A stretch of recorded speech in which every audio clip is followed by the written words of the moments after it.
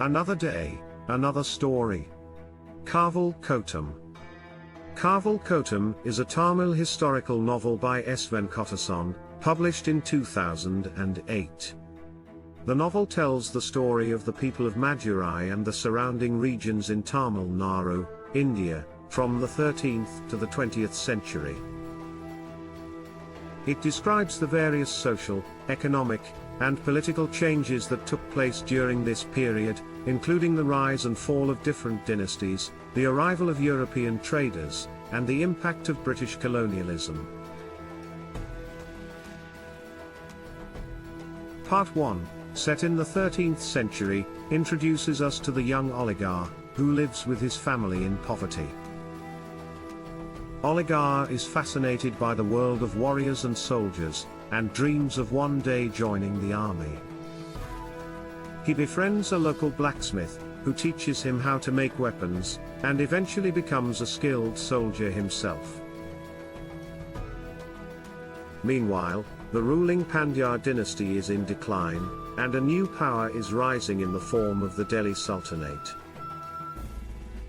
Part 2, set in the 16th century, follows the adventures of Kali, a highway robber who becomes a folk hero. Kali is a member of the Maravars, a warrior caste that has been marginalized by the ruling Nayak dynasty. Kali leads a band of outlaws who rob from the rich and give to the poor, and he becomes a symbol of resistance against the Nayak rulers. However, his exploits eventually bring him into conflict with the powerful new force in the region, the Portuguese, who have arrived in India as traders and are gradually expanding their influence. Part 3, set in the 18th century, introduces us to Poniar, a weaver who becomes involved in the Indian independence movement.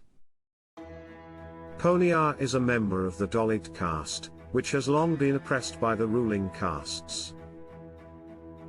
He becomes friends with a British official, who encourages him to learn English and introduces him to the ideas of democracy and freedom. Poniar becomes a leader in the struggle for independence, but faces resistance not only from the British colonial authorities, but also from some of his fellow Indians who are loyal to the Nayak dynasty. Part 4, set in the 20th century, brings the story up to the present day. The characters from the previous sections are long gone, but their legacy lives on in the struggles of their descendants. The novel ends with a hopeful vision of a future in which the people of Tamil Nadu are free from oppression and can live in peace and prosperity. Throughout the novel, the author explores themes such as caste, religion, gender, and nationalism, and provides a rich and complex portrait of Tamil culture and society over the centuries. Thanks for watching. Please subscribe to World Famous Stuff Reviews /www.youtube.com/channel/usibsamake go 6 1